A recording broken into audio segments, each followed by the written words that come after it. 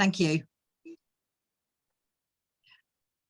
I'll just sort of give you a brief outline of what we're going to cover. I'll share my screen very briefly, just to show you the outline. How to go to the next slide.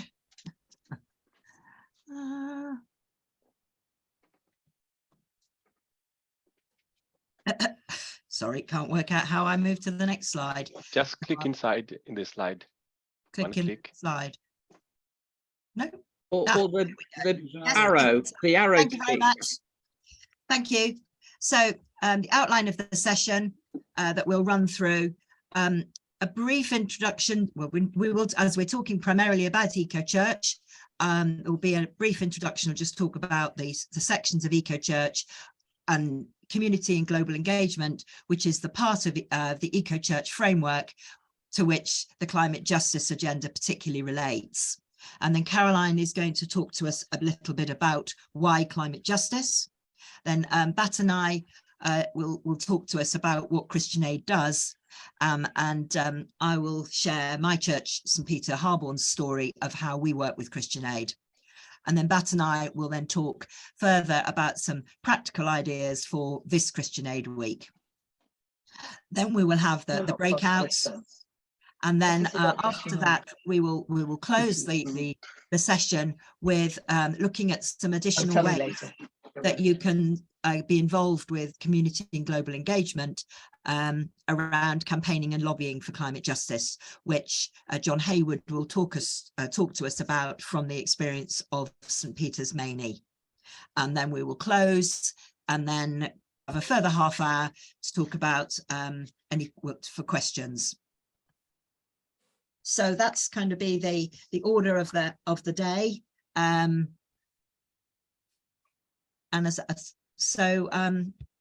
then in order to sort of start us off, I will just talk a little bit about EcoChurch and global engagement. And so obviously those of you who are familiar with EcoChurch, please bear with me. But for those who are not, it's just an overview. That EcoChurch it's a really simple concept started by the Christian environmental charity A Rocha. It's a framework to enable churches to start to engage with the challenge of becoming greener. And I can certainly talk from personal experience that when I first became involved with this, I certainly found the EcoChurch framework a really helpful place to start, as it provided a simple checklist of the sorts of things to consider. Again, I'll just share one slide about the EcoChurch framework. So it looks at all aspects of church and church life and the way they impact our stewardship of creation. The five areas, very much part of all sorts of aspects of what we do as a church. In the first one, do we pray for and talk about our stewardship responsibilities and the need for action in our worship and teaching? Then the second one, what are we doing to minimize our energy usage and the damage through our buildings? Are we using our land to build up biodiversity and help the environment to flourish? And then the fourth one, which of course is the area we're looking at today, are we engaging with our community, and globally to raise awareness and take action together? And then the last section, do we talk about and seek to change our lifestyle as we try to walk as lightly as possible on God's earth? Within each area, there are a series of questions. An example to the right shows some of the questions that are from community and global engagement. As many of you will know, those of you who've already been involved, the good news is that many churches find when they start doing this, that they're already doing many of the things, such as praying for the environment, maybe ensuring lights and heating switched off, or encouraging the congregation to lift share. And even if you find that there's a lot of questions, the answer is no, or we need to find out, it provides us a start point to find out what will be feasible or appropriate for your church. And depending on the sort of levels that you, the number of questions you answer positively, you will be receiving like a bronze or a silver or a gold award. And a church receives the award when it's reached a certain proportion of the questions. And as I say, many churches find when they start that they are already bronze because they're already doing many of these kinds of things. As we said, today's session is about climate justice, which is a significant theme in the community and global engagement section of EcoChurch. And we're going to focus on the practical activities which churches can do to become involved, such as supporting an overseas charity, such as Christian Aid, raising awareness about the climate crisis, or campaigning and lobbying for MPs for change. And in preparation for this, I'll hand over to Caroline to give us more background on why climate justice is so important. Thanks, Julia. Right, hang on. Pete, can you help here? Share screen. So I've got to share screen first. Yes. Right. Apologies for my technological. Share screen. Right. Choose right one.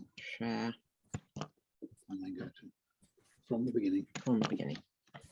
Right. Hopefully that should be. Click it. Right. So I'm as Julie said, I'm very briefly going to set the scene on what climate justice is and why we should be caring about it. Because throughout the Bible, Old Testament and New, a common thread that runs through it is the call for justice, especially for the poor and the vulnerable. And for us as Anglicans, that's spelled out for us in the 5 Anglican marks of mission. Bishop Anne recently did a series of 5-minute talks about these marks of missions, and as she said, all 5 are equally important, but the 2 most relevant to this evening are the 4th and the 5th, that we must seek to transform unjust structures of society and to look to safeguard and sustain God's creation. Because the climate crisis is a justice issue, because globally it's those who have done least to cause the climate crisis who are suffering the most. And this slide sets out, shows this pictorially. Top left, you've got a normal map of the world, normal size.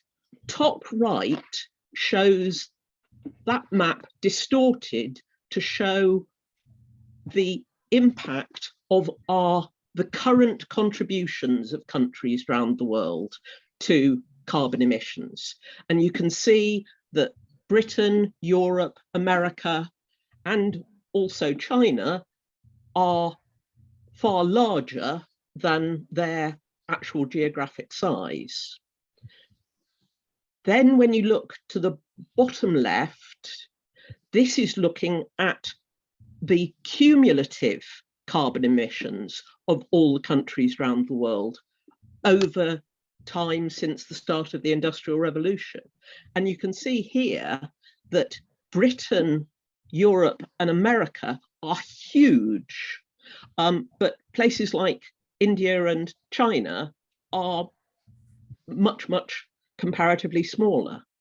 And then bottom right, you can see this is showing the comparative vulnerability of countries around the world to climate change impacts.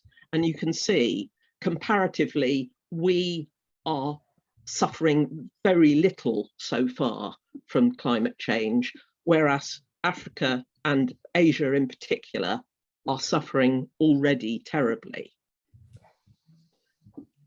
So that's at the global level. Let's look at the individual level. Our carbon footprints. In the developed world, a child from birth to the age of 18 is responsible for about 1,000 tons of carbon dioxide. A child in Mali over the same period is responsible for less than 2 tons. And the position is very similar for Malawi, which is the diocese that we are in Birmingham are twinned with. And Malawi is one of the lowest carbon emitting countries in the world. The average carbon footprint of a Malawian is about 0.2 tons a year. And 9 in 10 of the people depend on rain-fed agriculture.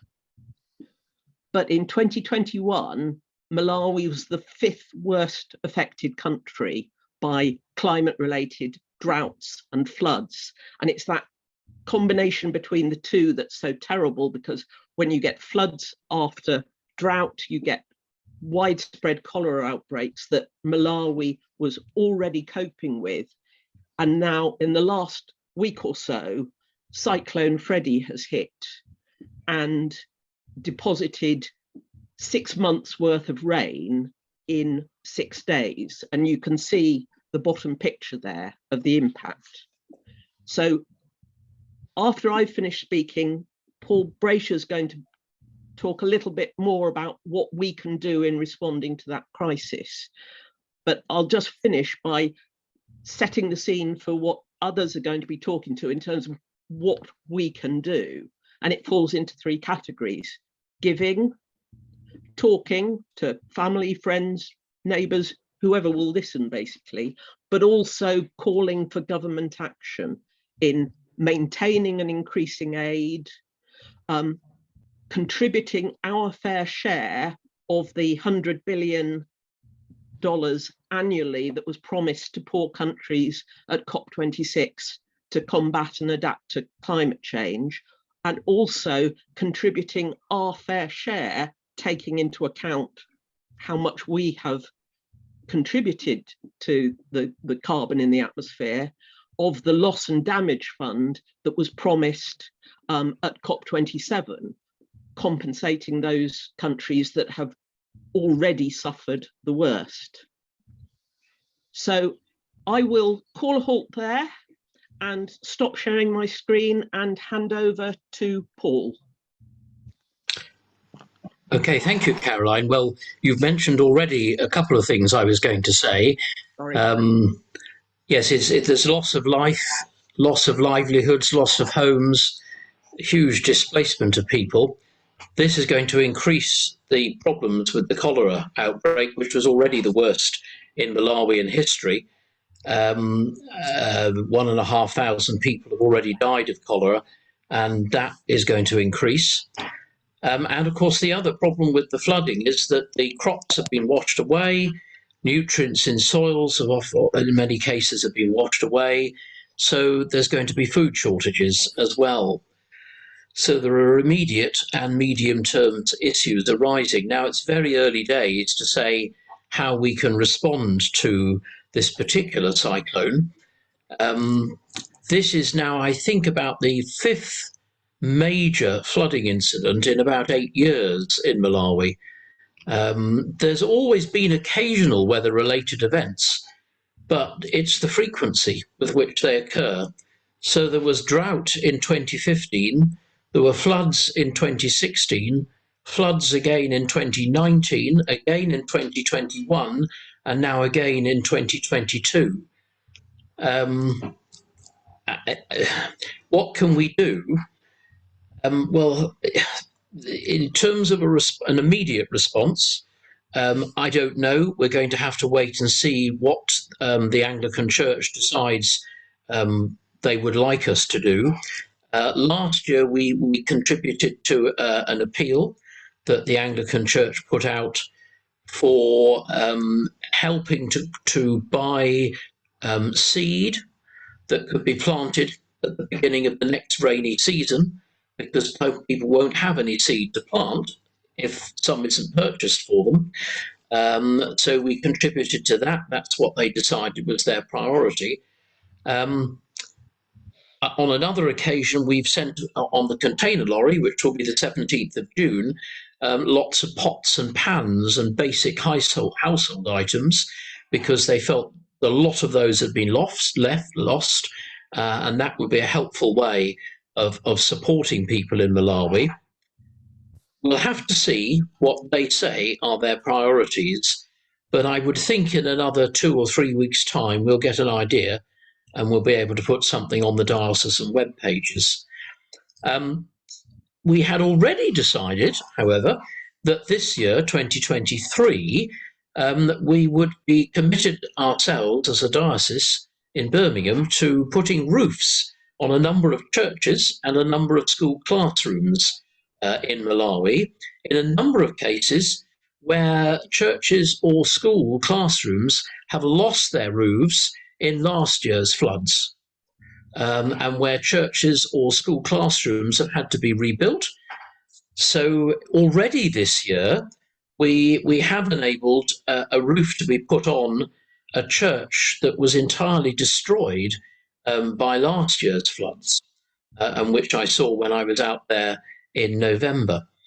A church down in southern Malawi, it will have been badly affected by these floods again, I fear. The congregation had rebuilt the church, this time on a concrete foundation. They built the walls, which they can do, baking their own bricks. This time they'd used cement for grouting to make it more weather resilient, along with the concrete foundation, and then had plastered, used cement plaster to coat the walls as well, again adding to its resilience.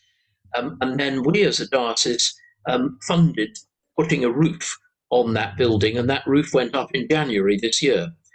We are already committed to doing that in a number of churches and school classrooms across Malawi in 2023. We're waiting for some more information on 1 or 2 sites so we can put that on the diocesan web pages. But there is at least a small contribution we can make to justice. It's a drop in the ocean, of course, but at least it is something that we can do. I mean, the other thing is that in many ways, Malawi is a test case for it seems to me, for the Loss and Damage Fund, which it was agreed would be set up, or at least agreed in principle would be set up in the Sharm el-Sheikh conference last November, to compensate countries like Malawi, who are the victims of climate change through very little fault of their own. One would like to think that the international community would offer some compensation to places like Malawi and Mozambique as well, that's been caught up in this later cyclone. We'll have to wait and see. But again, that's an obvious thing that we can argue for in letters to politicians and so on and so forth.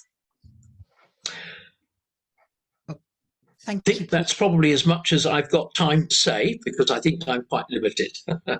Thank you very much, Paul. I think we're saying to look on the diocesan web page. Yes. On the website to see yes. When we've got some information, and I suspect it will take 2 or 3 weeks on what the Anglican Church is wanting us to, how they're wanting us to assist, and others to assist as well. We'll put that on the diocesan web pages. And as I say, the pictures of the churches and classrooms that we're wanting to support will be going on the web pages as well. Thank you. Thank you very much. And I think now if we move over to Batanai, who will talk to us a bit about the work of Christian Aid and as get us started on that. Thank you, Batanai. I'm just sharing my screen.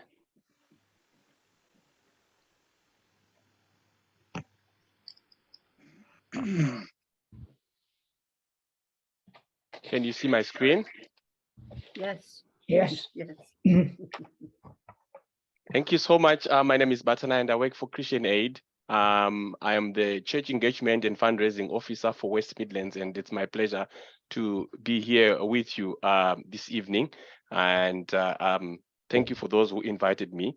I'm just going to share with you who Christian Aid is for those who do not know, but I believe most of you are quite familiar with Christian Aid.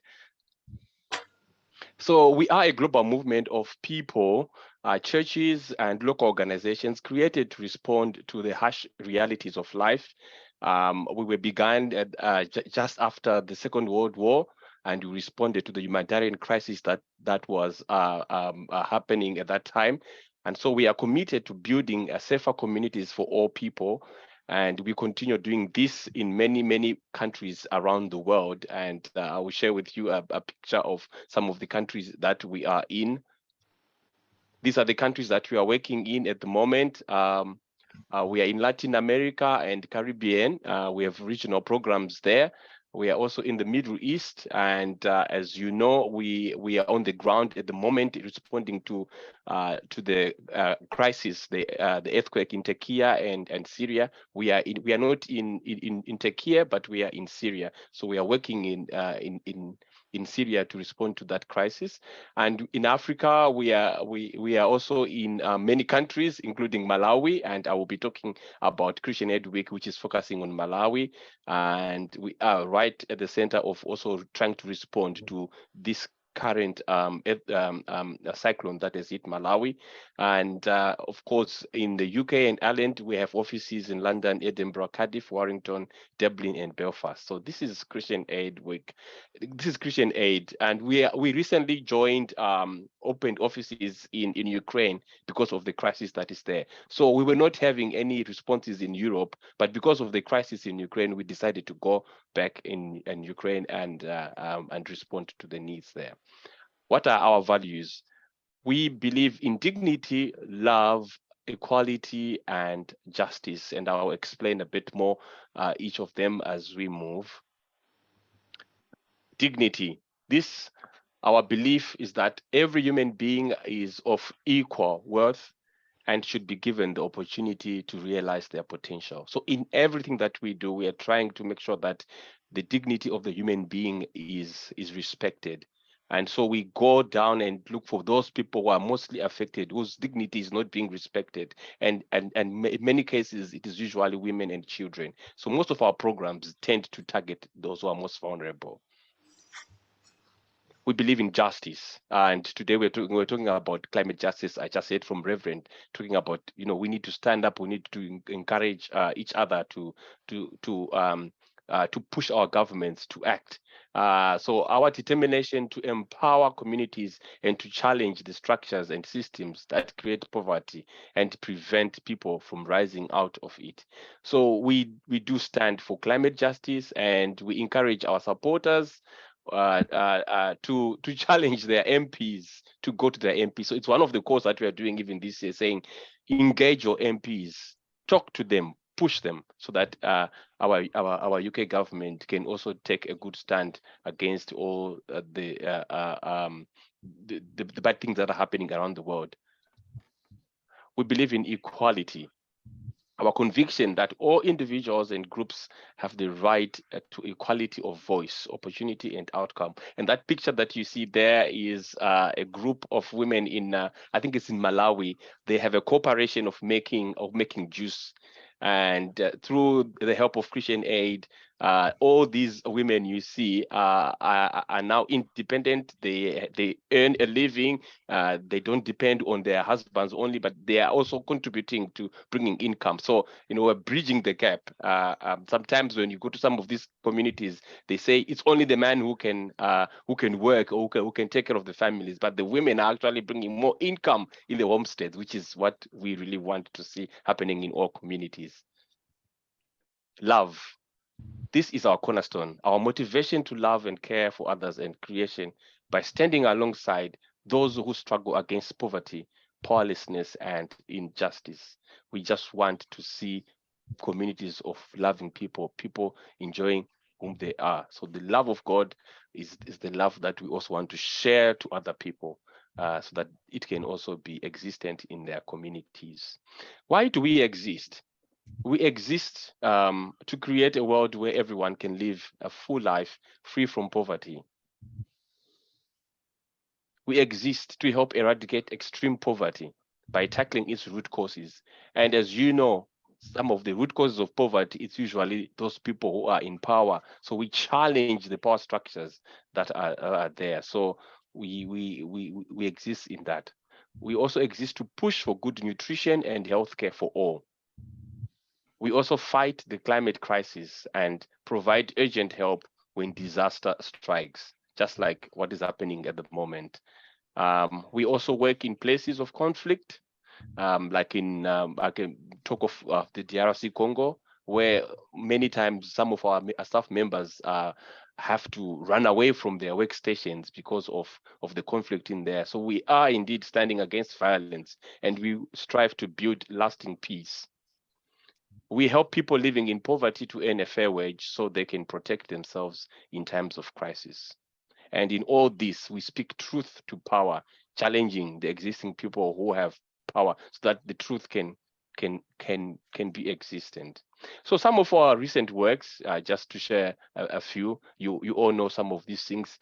We have the Ukraine Emergency Appeal that is going on, and many thanks to our supporters. So we have received millions of pounds.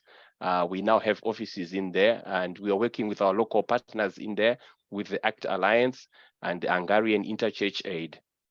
We also have the Afghanistan Emergency Appeal. People responded to the crisis that happened last year. This is still ongoing. Through our local partners, we aim to reach around 17,000 people with food packages, providing over 850 pregnant women, new mothers, and malnourished infants with additional nutritional support. We are in East Africa, where there is a hunger appeal due to also, again, climate change. They have had droughts for the past 3 years or so, and so we have a hunger appeal that is responding to the needs of the people there. And recently, Turkey, Syria earthquake emergency appeal, which I mentioned. And so this is some of the works that we do as Christian Aid, and it is our invitation to say, join us in these good works that we do. Thank you. Thank you, Batanai. Well, I was going to follow now with just some experiences from our church, but I suspect there are many of you here with experiences of how your churches operate with Christian Aid. As I say, I'm from St. Peter's Harborne, and we've got a very long history of supporting Christian Aid Week, which I know Batanai is going to come and talk about in a moment. We used to do, or we still do, the traditional house-to-house collections, which is perhaps what Christian Aid is best known for. But I'm keen to sort of talk a bit about how we've adapted that, particularly responding to the way people no longer seem to have cash, and also to try and make it a broader focus on climate justice. But we've also widened the range of things we do beyond the traditional house-to-house. If there is anyone not familiar with Christian Aid Week's house-to-house collection, what the focus was that every church, not just Anglican, all churches, had an area of roads within their parish designated by Christian Aid, and the neighbouring churches covered other patches, so that in its heyday, most areas of the UK and Ireland were fully covered by Christian Aid Week. And the aim was to deliver Christian Aid envelopes, if I can find one somewhere, looking something like one of these, to every house, and then return a few days later to collect the envelope, hopefully filled with lots of money. I would be fibbing if I said that everybody in my church looked forward to Christian Aid Week and going and banging on everybody's doors. However, we did used to have quite a good team of people who would do it. Many of them actually not our church regulars, but who would always support us during Christian Aid Week. But as I know would have happened to lots of people, during the pandemic, house to house was obviously not possible, and we moved even more strongly to online giving that year. And we have then subsequently decided not to go back to the traditional house-to-house collection, but we are doing delivery only, which I know is an option that Christian Aid have been encouraging. So we still deliver envelopes, but we don't go back to collect them. So what that's actually enabled us to do, I'll just show a picture, but what we found is that we needed to make it much more clear who dropped the envelope, and as nobody was coming back, where people could send their money. And we connected it very strongly to the online giving. So along with the envelope is a piece of paper that's very clearly explains how you can log on to a Just Giving page or equivalent, or use a QR code, or the services you can come to, or where the church is, where you can take your envelopes. So we made it very clear. We did find that there is a drop, and I think we were very much in line with what Christian Aid said. I think it's about a 30% drop in and the actual revenue we got, because you no longer got the sort of all the people who would just sort of gave you their very small loose change. But it's surprising, a very, very large number of little bits of loose change did actually add up to quite a lot. So as a consequence, we felt we've started to do other things. But I'll just but what we found is that given that we are now we're still going to every house, not quite every house in the parish, but it's the houses in our patch.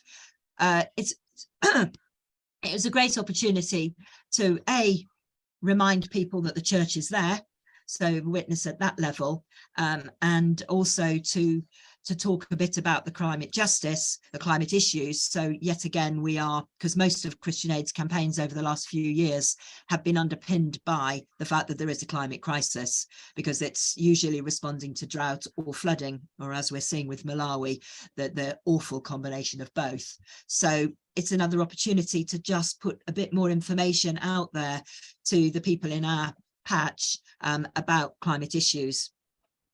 So last year, I'm just going to show I'm going to try and show a picture of, so I'll be with you in a moment, of our of the leaflet that we put into everybody's homes. See if I can get there again. Share screen. I don't think it's going to let me, but oh yes, you can probably, can you see that? So we've got a small A6, so quarter of A4 sheet. Christian Aid give you the one on the right that can be adapted, and then stuff on the one on the left. Just to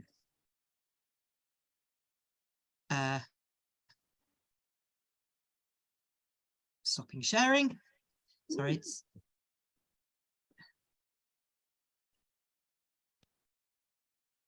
terribly sorry about this. I'm getting messages telling me Zoom quit unexpectedly. Oh, Can you mine's good.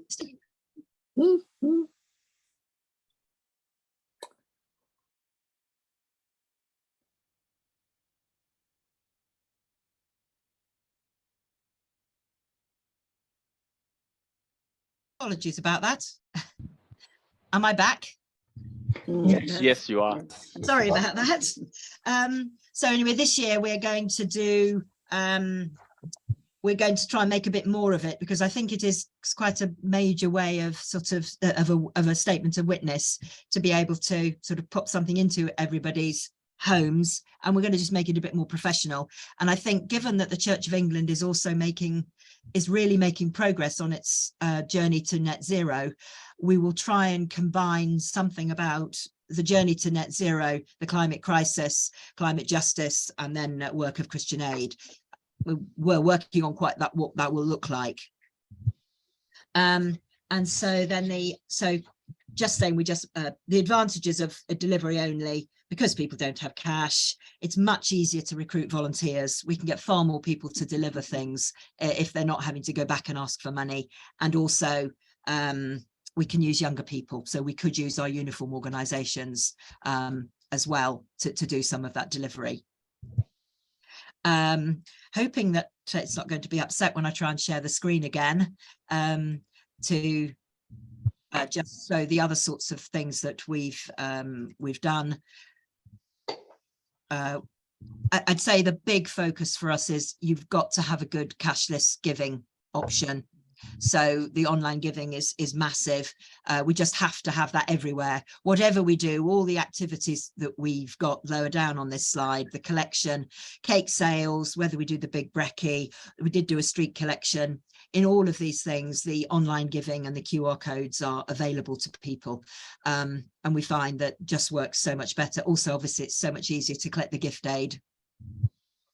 And the other ways that we involve Christian Aid, we talk about it in the prayers, in the lead up to Christian Aid Week, and also in our preaching. It just gets a mention.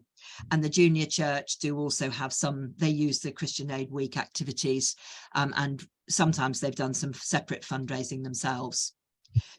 In terms of what's raised the most, in general, it's the cake sale, which we have. I don't know if you can see the photograph, but it's the cake sale that we have. We have it at beginning. We have it at beginning and the end of Christian Aid Week. So that really is just a few words on what we've done at St. Peter's, and I think we will continue. But I think we focus most on the online giving. So thank you for that. And I'll now pass back to Batanai to talk about this year's Christian Aid Week.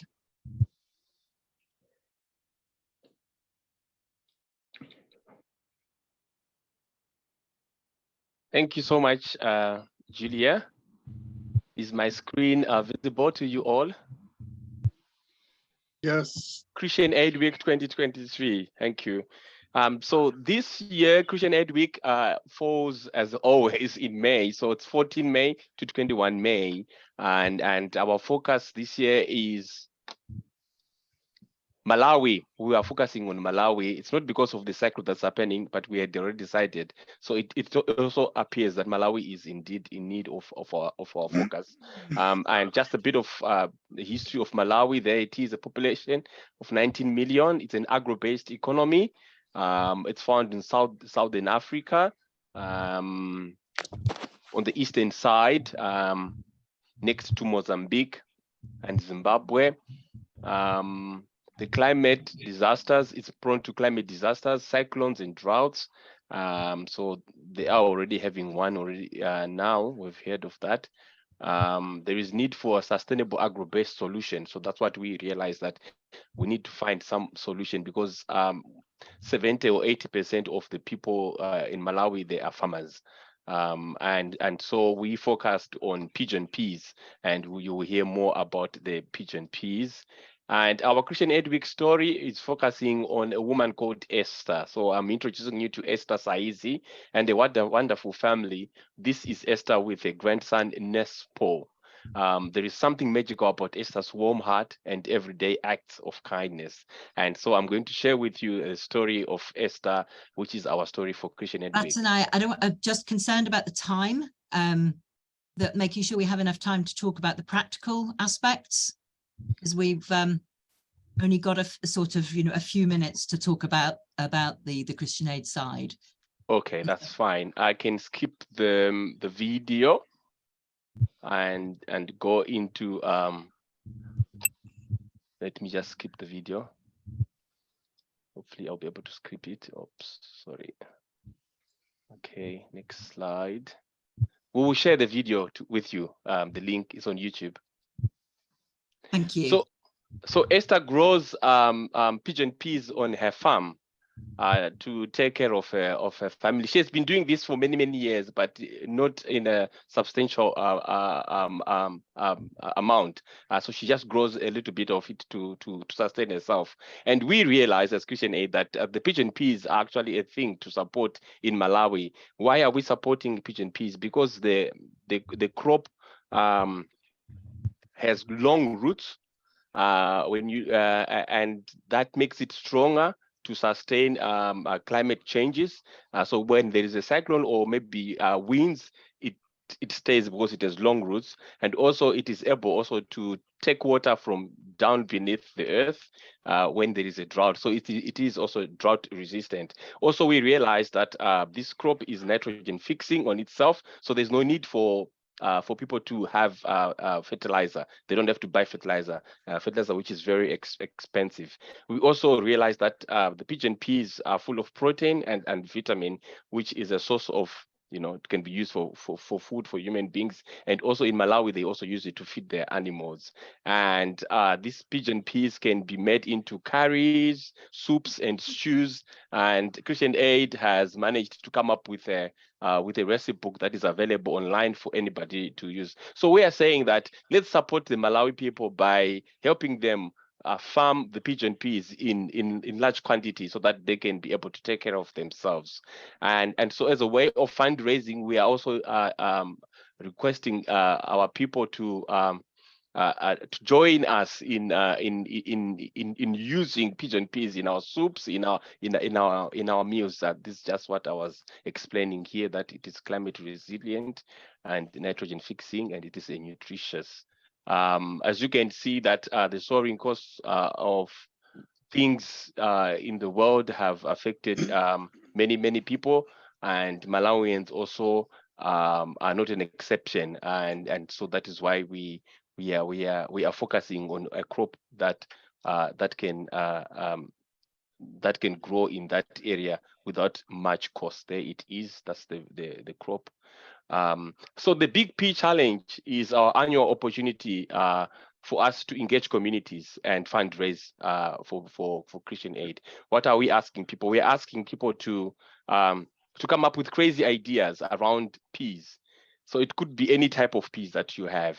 Maybe at your church you could have maybe making pea soup, or you could grow peas in the garden and see and then maybe at the end of maybe 3 months or so, see which one is taller than the other. So find ways of doing activities around peas. One of the ideas that I heard from a school is they're going to make a map of Malawi with peas and ask their students to buy 1 pea at maybe £2, and then they insert the pea in the map and see how much money they will raise from that. So there are so many ways of doing it. We have even heard of peas Olympics, where people have got straws and then they put peas and then they start pushing the peas with the straw, seeing who gets first to the end of the table.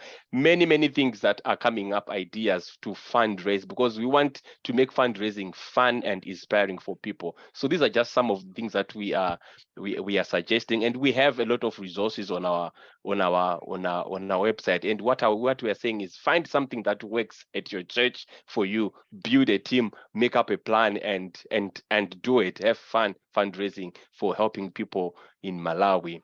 Other ways of fundraising, we have people who have done coffee mornings. Julia mentioned some of the things that they've done. You can also organize a concert, church collections, fish and chips nights. I've attended one fish and chips night already. This afternoon, I attended a Lent lunch in Accox Green with our supporters there. You can do also a catwalk. We've heard people doing that, sponsored litter picking, or garden party. So all these are just ideas that we are saying, find something to do to fundraise, to help our brothers and sisters who are in need in Malawi. And so here we go. Let us ride on our bicycles and go and fundraise. Thank you. Thank you, Batanai. That's given us lots of ideas. So at this point, we will go into, we'll split into breakout groups. And the question is, it's very much to build on that. Are there any things that you can think about for your church to get involved with Christian Aid Week? So I'll just share the screen with the question for the breakouts. So from what you've seen and heard, are there things that you feel your church could do this Christian Aid Week? And is there any further support that would help you? So I think Dan is going to put us all into breakouts now. I am conscious that we have run over our time. Is everybody back? Yes, we are. So I hope that though you've received some ideas and sort of had some encouragement of things to try in your churches, again, we will the slides will be available. So if anybody wants us to send them to you, please can you let Heather Holmes, whose email you'll have, let her know your email address and we'll make sure the slides go to you. We'll also try and get them onto the BACA website. But now, I'm sorry, we probably will be going to run over by 10 minutes. I'm hoping that's okay to people. So the main session will now close in about 15 minutes. So what we've talked about so far is about supporting Christian Aid and other charities, and we talked about the Malawi appeal. What we're going to move on to now is John Hayward is going to talk to us about ways in which your churches can engage in other aspects of global engagement around climate justice, particularly talking about his church at St. Peter's Maney. So John, over to you. Okay, thank you very much. I will try now to share the screen. So right now I'll start talking to the slides, and I'll try and slim this presentation down so that we don't go too much further over time. One of the key things when you're trying to involve people from your parish or your congregation in taking action, which often means some sort of political action, by political being with a small p, urging people to be serious about things like climate justice. You need to have allies. If you're in the Church of England, you can tune into the new Deanery Environment Champions, or if you're going to be looking for allies from ecumenically, you can use the Eco Church map, which gives you a list of all the churches, no matter what denomination, who have registered or have got an award, so that you can work with people from other churches. In Sutton Coldfield, when we go and see our MP, we normally get support from members from the Methodists, the URC, the Baptists, the Quakers, and Catholics. So we have got the chance of an ecumenical, broad approach to the MP, because the relationship with an MP is two-way. We as citizens want to urge our MP to take our interests seriously, and meanwhile he wants to be able to count votes, so that it is a two-way structure.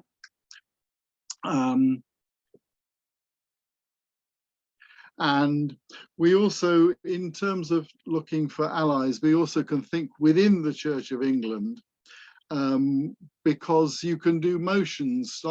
You can start a motion from your PCC, send it through the deanery synod to diocesan synod, and that method's been used successfully to raise the issue of, firstly, in 2015, the question of divesting from oil and gas shares, and then secondly in 2019 to encourage the movement towards net zero. And so things that have been brought to Birmingham Diocesan Synod were debated at General Synod and have come into mainstream Church of England activity. Can we move down to the next slide?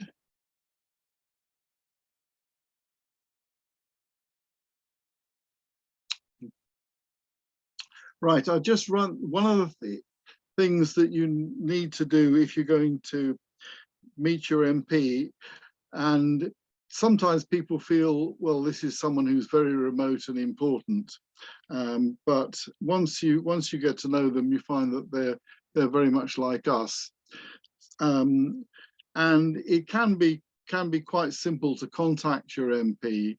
You could use you can use a website called They Work For You, and you can find out what sort of things they're interested in, and then you can just email them or write them a letter to make an appointment, get your group together, decide on what you want to ask them and how you're going to really get organized about how you're going to run the meeting. It seems to work out that if you've told the MP the questions you're going to ask, there'll be a sort of co-chairing between leader on your side and the MP, and the two of you trying to move forward and get the questions answered. Now, all of these things that I'm talking about have been road tested at St. Peter's Mainey. You know, we have managed to do all these sorts of things, and of course, we didn't just dream it up ourselves. We went on a training course, just like you're on one today. We met up in Sheffield with people from the Leeds diocese who told us and encouraged us to try and do the sort of things I'm talking about. And the last thing I'm going to talk about is how one of the ways that you can involve your congregation in activities in the church services. Obviously, you're going to need the approval of the minister, and if they want to take the lead, they can do, but it's often very, very good practice to have one of the lay people explaining what the issue is. And you can use this method if you're going to get people to sign a petition, or if you're going to get them to write letters. And the letters issue is quite relevant for this year, because for the big green week in June, their suggestion is that we should all write what they're calling a letter for the future. And you could be able to use that in any way that would suit your congregation. But if you're going to do it after your church service, you're going to need to be organized with a draft letter, with pens and paper, with a team to help and encourage to get as much done, as many letters written as possible. And when we did this back at the 2015 general election, we got 69 letters written from a congregation of about 90. And what was good was that each of the 69 people got a letter back from the MP acknowledging that what had been discussed. So that shows that you can count numbers and you can have an effect.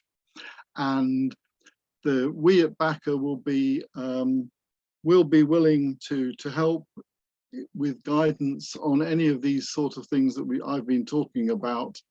And so I hope with this rush through of the things that I've been talking about, you get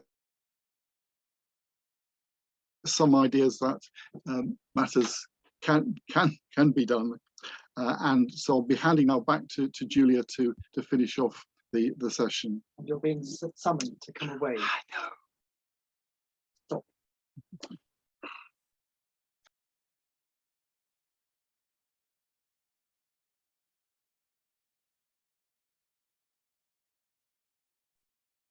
Thank you, John. That was very helpful. Lots of ideas there. I really will just reiterate what John said about, please do contact us if you contact anyone from BACA if you'd like any sort of further information or further support. And we will, if you let us know your email, if you can leave that in the chat or email Heather, we'll make sure you get copies of the slides. I really wanted, therefore, now to bring this to a close, the formal part, and then we'll move into a more informal questions and discussion afterwards. But I wanted to say a big thank you to all of our presenters, to particularly Batanai from Christian Aid, for all your ideas and practical ideas of what we can do this Christian Aid Week, and for everybody for your active participation in the breakouts as we are working together in the fight for justice for all. What I'll now do is just close this session with a prayer. In fact, one I found from Christian Aid called God of the Impossible. And then after that, we'll move into questions and further discussion. So please, let's pray together. God of the impossible, we pray for justice and peace and for rapid change in climate action. And when the challenges seem too many, remind us of your resurrection power and the miracles of your love that happen whenever injustice is dismantled and rebuilt with peace. Help us to hope that the impossible can happen and live as if it will do today. In the name of Jesus, our living Lord. Amen.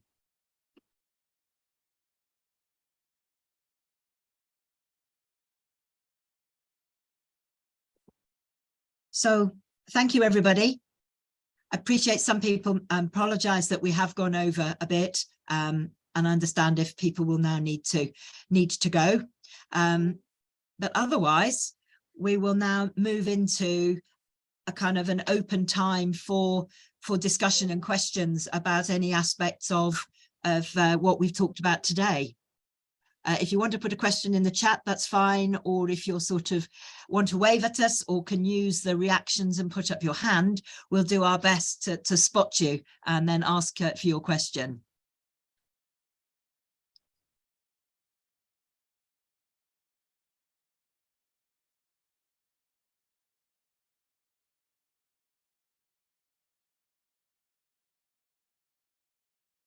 Anybody want to kick anything off? Portia, go ahead. Oh, I have to unmute.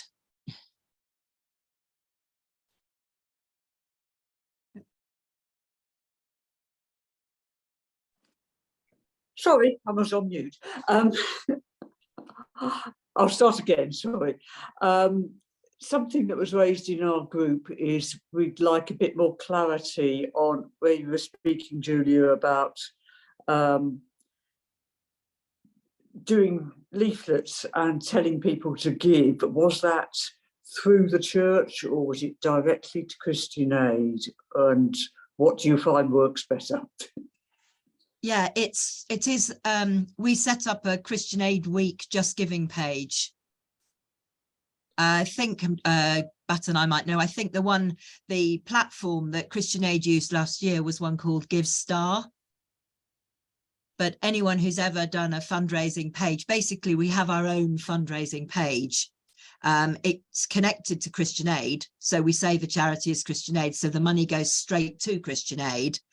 But we will know how much we've raised from our patch, if that makes sense. So it is you just press on a link and you go straight through to the page.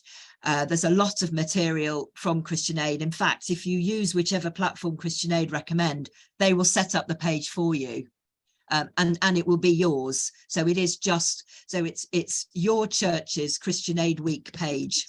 Wow. And all these platforms also automatically generate a QR code. So it's literally, even if you don't know how a QR code works, you know, just press the button and it creates it for you. You don't even know how to, you don't even need to know how to use it. But anyone else who's got a smartphone and who likes to donate through a QR code can do it. That's fantastic. That's clever, So, isn't it? Yeah. Mm. So someone else was Jill. Was Jill going to comment on that? I can see there's a comment from Fred, which we can come to in a minute, but I don't know whether we've finished the discussion about that. Does Yeah, any just want to say, I know it will take some time, but if that could be written down in some way so that we can share that with other people in our church. They can About, read it about how you go about looking at the page and setting it up. yes, I Yes? don't know whether, there we are. Batanai's just said, I had a feeling, last year, Christian Aid, I've actually done them myself on a different platform for the one Christian Aid we're using, but Christian Aid literally did the whole thing. It was just there. There's a template. Okay, Do you yeah. want to say a bit, Batanai, just to finish that discussion? Yes, thank you so much. It also came up in our group, and I've provided my email there. Yes, we will help you set up your Just Giving page.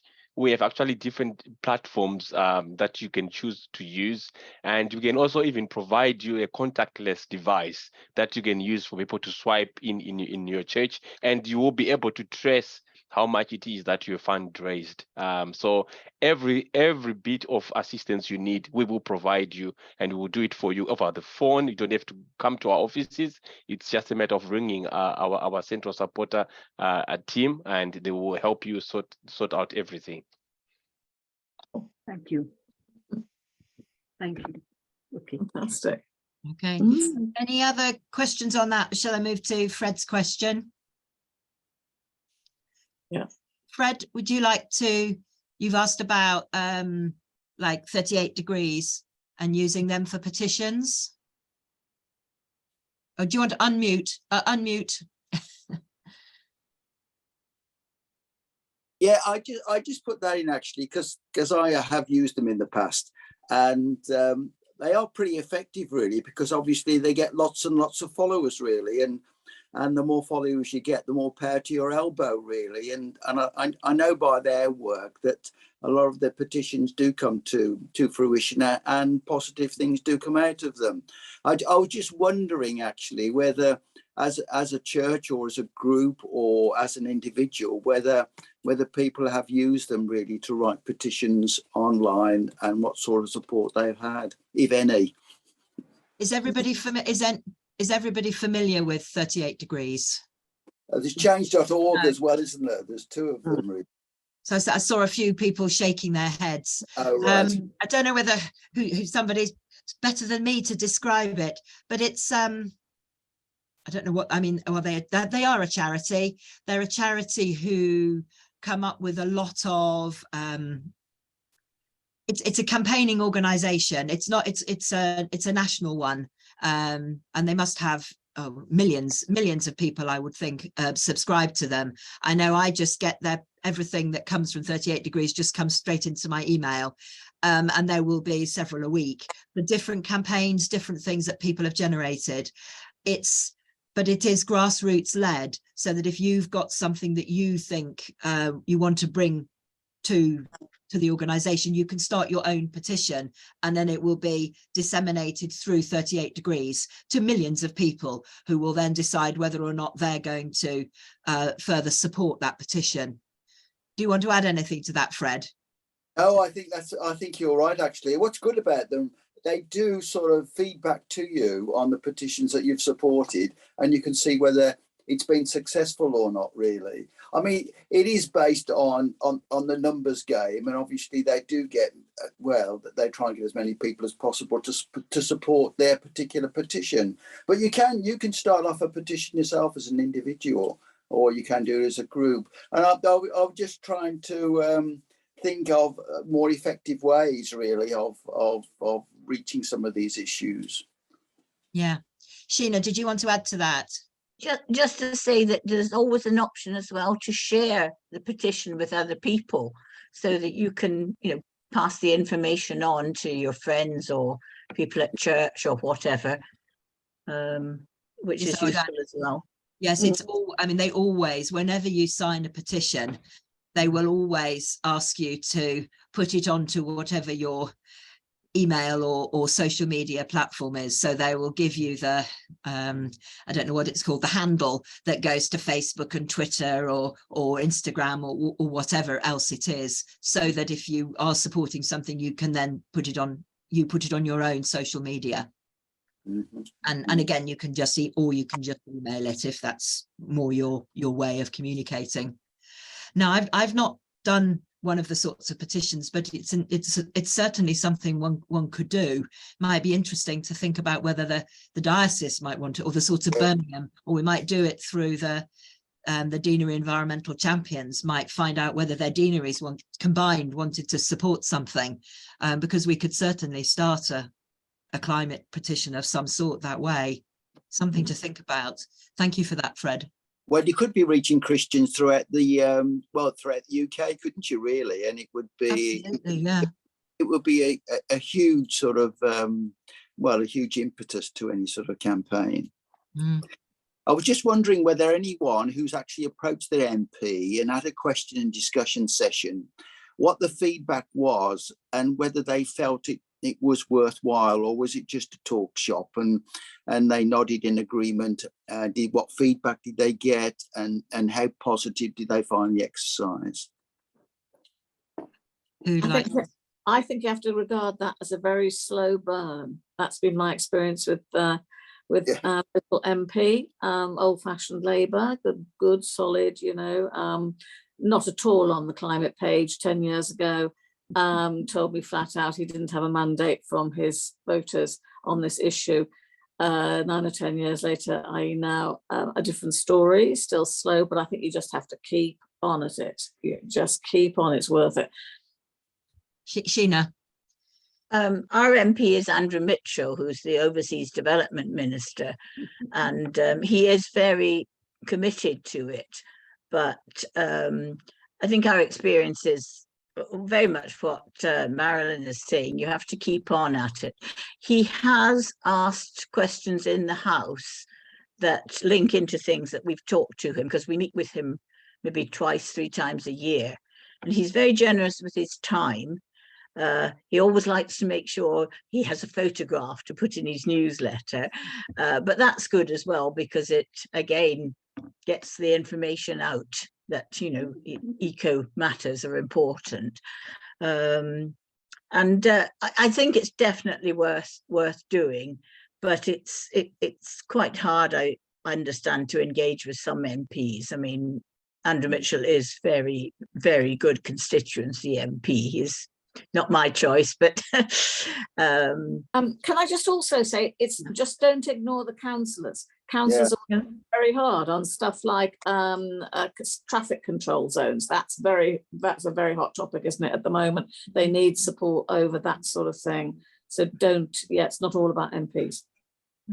Yeah, I would definitely reiterate that, because I'm part of a small group called Solihull Climate Action, and when Solihull Council put out their net zero action plan in draft, we put in a response to it, and they were actually responsive. They did meet with us. They did make some, albeit limited, changes to that action plan, and we are now engaging with them on how they're actually delivering on that. On the MP side, our MP is Saqib Bhatti, who is Conservative and a deputy chairman of the Conservative Party, so who says he is very keen on the environment. When we have met him, all our specific asks have been met by, oh, but that costs money. But he has agreed to come back and talk to us next month with our asks on the environment. So I think it's the slow burn. But one thing that we did find, because we had people from our church, from the Methodists, from neighbouring parishes, and also some non-church people who came along, and he very clearly got a sense of the strength of feeling about responding to the climate crisis. So I think that can only be a good thing.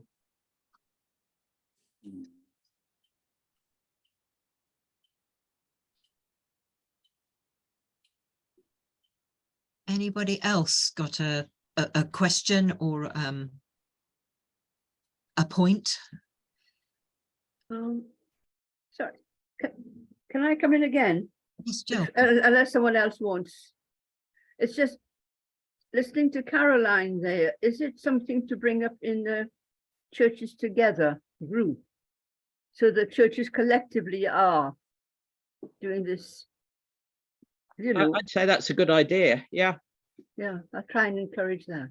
Yeah. Certainly when we met with my MP in Edgbaston, in the Edgbaston constituency, which is Preet Gill, we were able to get all the three churches we struggled with, but all the other churches that worked with us did come in with us. In fact, we called our event Churches for Climate Action.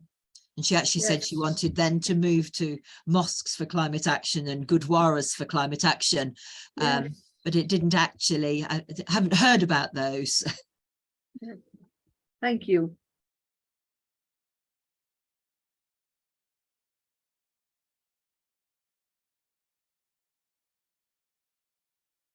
Okay. Any other points, any other questions? If not, we'll sort of close the meeting. And again, say a huge thank you to presenters, and particularly again to Batanai, and to remind everybody that we'll have everything on, well, put things, I hope, I'm looking at Dan, I'm hoping that we can put slides on the BACA website, but also Heather's, is that okay, Dan? Can we do that? Yeah, that's fine. Yeah. And also if you've got Heather Holmes's email, because it was through her you got the Zoom link, please send us your email. I think we have some emails in the chat, and we will send things to people. So again, a big thank you for contributing, and thank you for participating this evening. Yes, thank you. Thank you. It's been very, very good.